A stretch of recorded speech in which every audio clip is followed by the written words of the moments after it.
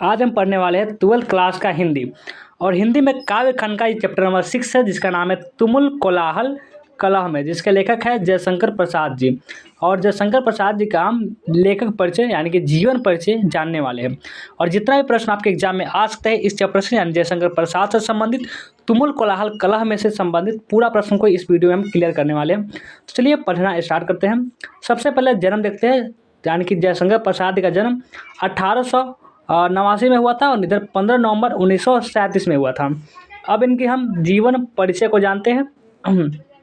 आधुनिक हिंदी के स्वच्छ काव्य धारा के अंतर्गत छायावादी काव्य प्रवाह के प्रवर्तकों में से एक जयशंकर प्रसाद का जन्म 1889 में माघ शुक्ल दशमी संवत 1946 में वाराणसी में हुआ।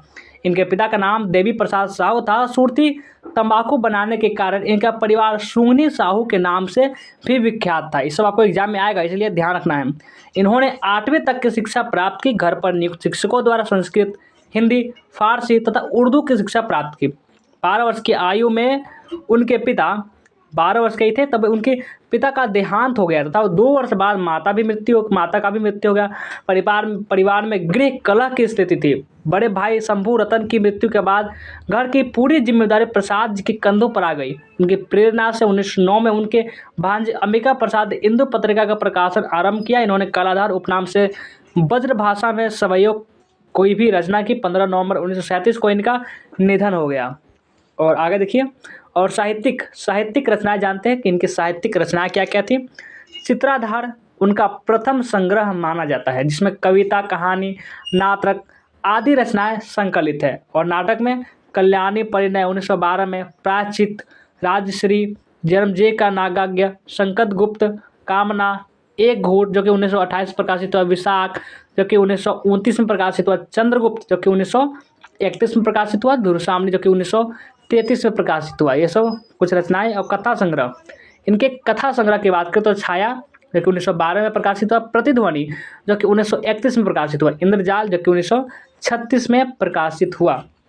और आगे देखिए, अब आपका आगे है कि प्रबंध काव्य में देखते हैं। प्रबंध काव्य में कामायनी जो कि 1936 में प्रकाशित हुआ, उपन्यास जो कि कंकाल 1929 में प्रकाशित हुआ, तितली 1934 में प्रकाशित हुआ, इरावती जो कि 1940 में प्रकाशित हुआ। और अपूत काव्य यानी कि अतुकांत की रचना के बारे में बात करें तो महाराणा का महत्व, करुणालय, प्रेम पाथिक, ये सब है।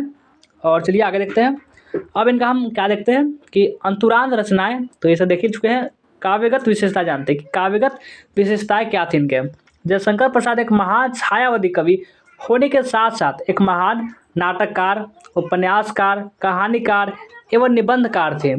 इन विधियों में प्रसाद जी की युगांतरीकारी अवदान है। इनका काव्य विविध विशेषताओं का पुंज है, जिसमें प्राकृतिक सौंदर्य चित्रण, मानव प्रेम, ईश्वर प्रेम, देश प्रेम, मानव सौंदर्य जैसी विशेषताएं प्रमुखता से उभर कर आती है। उनकी रचनाएं विश्व बंधुत्व, सर्वजनहीनता तथा व्यापक मानवता से ओतप्रोत है। प्रसाद जी का काव्य ईश्वर में मानव का तथा मानव में ईश्वर का दर्शन कराता है।